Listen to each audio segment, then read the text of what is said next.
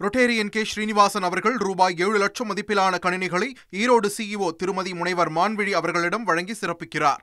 வாக்காளர் பட்டியல் சிறப்பு தீவிர திருத்தத்திற்கு ஆதரவு தெரிவிப்பதால் அதிமுக எதிர்க்கட்சி மட்டுமின்றி உதிரிக்கட்சியாக கூட நீடிக்காது என்று முதலமைச்சர் மு.க.ஸ்டாலின் விமர்சித்துள்ளார்.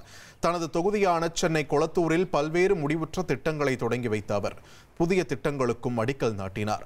பின்னர் பொதுமக்களுக்கு நலத்திட்ட உதவிகளை வழங்கி பேசிய அவர் எஸ்ஐஆர் காரணமாக வாக்காளர் பட்டியலில் யாரும் விடுபடக்கூடாது என்பதற்காகத்தான் நீதிமன்றத்தில் திமுக சார்பில் வழக்கு தொடர்ந்ததாக கூறினார். உண்மையான வாக்காளர்கள் ஒருத்தரும் வாக்காளர் பட்டியலிருந்து விடுபட்டு விடக்கூடாது என்பதற்காகத்தான் இன்றைக்கு திராவிட முன்னேற்ற கழகம் நீதிமன்றத்திற்கு சென்றிருக்கிறோம்.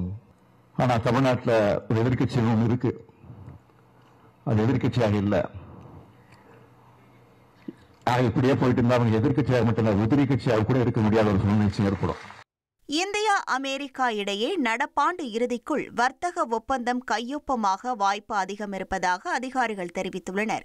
இரு நாடுகளுக்கும் இடையே வர்த்தக ஒப்பந்த பேச்சுவார்த்தை கடந்த சில மாதங்களாக நடைபெற்று வருகிறது.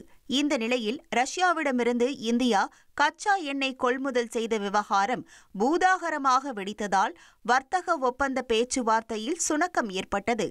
இதனைத் தொடர்ந்து இந்த விவகாரத்தில் சுமூக தீர்வு எட்டப்பட்டதால் வர்த்தக பேச்சுவார்த்தையில் முன்னேற்றம் ஏற்பட்டு வருவதாகவும் அநேகமாக நடப்பாண்டு இறுதிக்குள் ஒப்பந்தம் கையொப்பமாக சாத்தியக்கூறு இருப்பதாகவும் அதிகாரிகள் தெரிவித்துள்ளனர். ரொட்டேரியன் கே ஸ்ரீனிவாசன் அவர்கள் ரூபாய் 7 லட்சம் மதிப்பிலான கணினிகளை ஈரோடு சிஇஓ திருமதி முனைவர் மான்விழி அவர்களிடம் வழங்கி சிறப்பிக்கிறார்.